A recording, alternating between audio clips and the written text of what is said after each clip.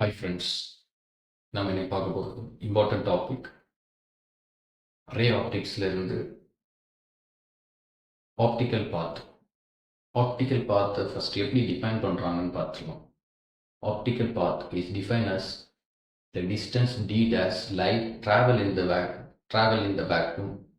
At the same time, the distance d light travel in the medium. இதான் definition. இப்போ light வந்து ஒரு medium வழியாக ட்ராவல் பண்ணுது, இன்னொன்று லைட் வந்து வேக்யூமில் ட்ராவல் பண்ணுது. இப்போ அதுக்கு ஒரு எக்ஸாம்பிள் நம்ம பிக்சர் போர்டில் ட்ரா பண்ணி அதுக்கு ஒரு எக்ஸாம்பிள் நான் கிளியராக சொல்கிறேன், அப்போ உங்களுக்கு புரியும். ஒரு கிளாஸ் பீஸ் எடுத்துக்கிறேன். இது வந்து ஒரு மீடியம், இது ஃபுல்லாகவே வேக்யூம், இது எல்லாமே வேக்யூம். இப்போ ஒரு சேம் டைம் டீல லைட்டை இந்த கிளாஸ் வழியாகவும் இந்த வேக்யூம்லையும் நம்ம அலோவ் பண்ணுறோம். லைட் இங்கே இருந்து இது வழியாக அலோவ் பண்ணுறோம், இங்கே வேக்யூம்லேயும் அலோவ் பண்ணுறோம். இது வந்து கிளாஸ், இது வேக்யூம். இந்த கிளாஸ்ல பார்த்தீங்கன்னா நிறைய, இது வந்து ஒரு சாலிட் சப்ஸ்டன்ஸ், அது நிறைய ஆட்டம்ஸ் வந்து க்ளோஸ்லி பவுண்ட். வேக்யூமில் வந்து ஆட்டம்ஸ் அங்கங்கே தான் இருக்கும், அப்போ லைட் வந்து ஈஸியாக ட்ராவல் பண்ணி போயிடும். ஆனால் இந்த கிளாஸில் ட்ராவல் பண்ணி போகிறது கொஞ்சம் கஷ்டம், அது வந்து ஒரு டென்சர் மீடியம். அப்போது இந்த லைட்டோடைய ஸ்பீடு வந்து கம்மியாயிடும். எங்கள் கிளாஸில் வந்து லைட்டோடைய ஸ்பீடு வந்து கம்மியாயிடும், அந்த வேக்யூமில் அது ஃபாஸ்ட்டாக ட்ராவல் பண்ணிடும். ஃபாஸ்ட்டாக ட்ராவல் பண்ணும்போது டிஸ்டன்ஸ் இன்க்ரீஸ் ஆகிடும். சேம் டைமில் இது வந்து ஸ்லோவாக ட்ராவல் பண்ணுது, இது ஃபாஸ்ட்டாக ட்ராவல் பண்ணுது. அப்போ வேக்யூமில் டிஸ்டன்ஸ் அதிகமாகிடும், கிளாஸில் டிஸ்டன்ஸ் வந்து கம்மியாகிடும்.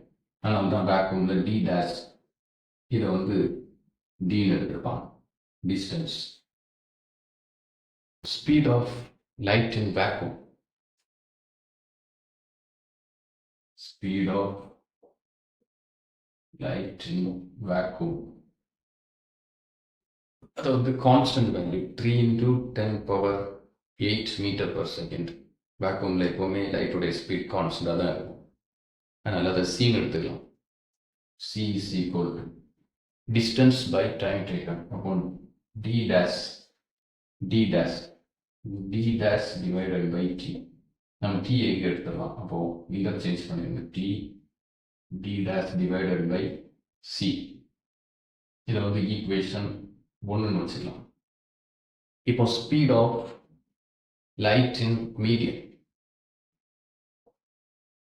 Speed of light in medium plus, அப்போ அதை வந்து V is equal to D by T. T எங்கே கொண்டு வந்துடலாம், T is equal to D by, இதை ஈக்குவேஷன் 2. இப்போ கம்பேர் ஈக்குவேஷன்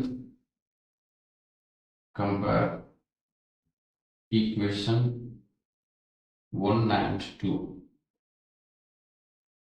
கம்பேர் பண்ணிக்கலாம். இப்போ D dash divided by C is equal to D by B.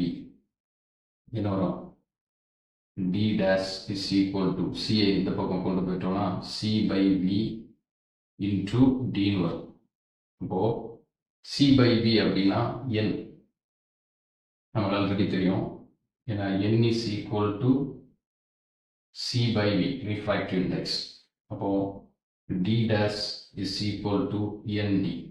அப்போ இந்த பிளேஸில் என்ன வந்துடும், D dash is equal to ND. அப்போ D dash is always greater than D.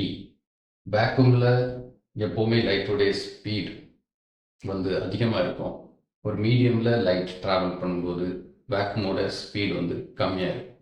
அப்போது D dash is always greater than D அப்படின்னு எழுதிக்கலாம்.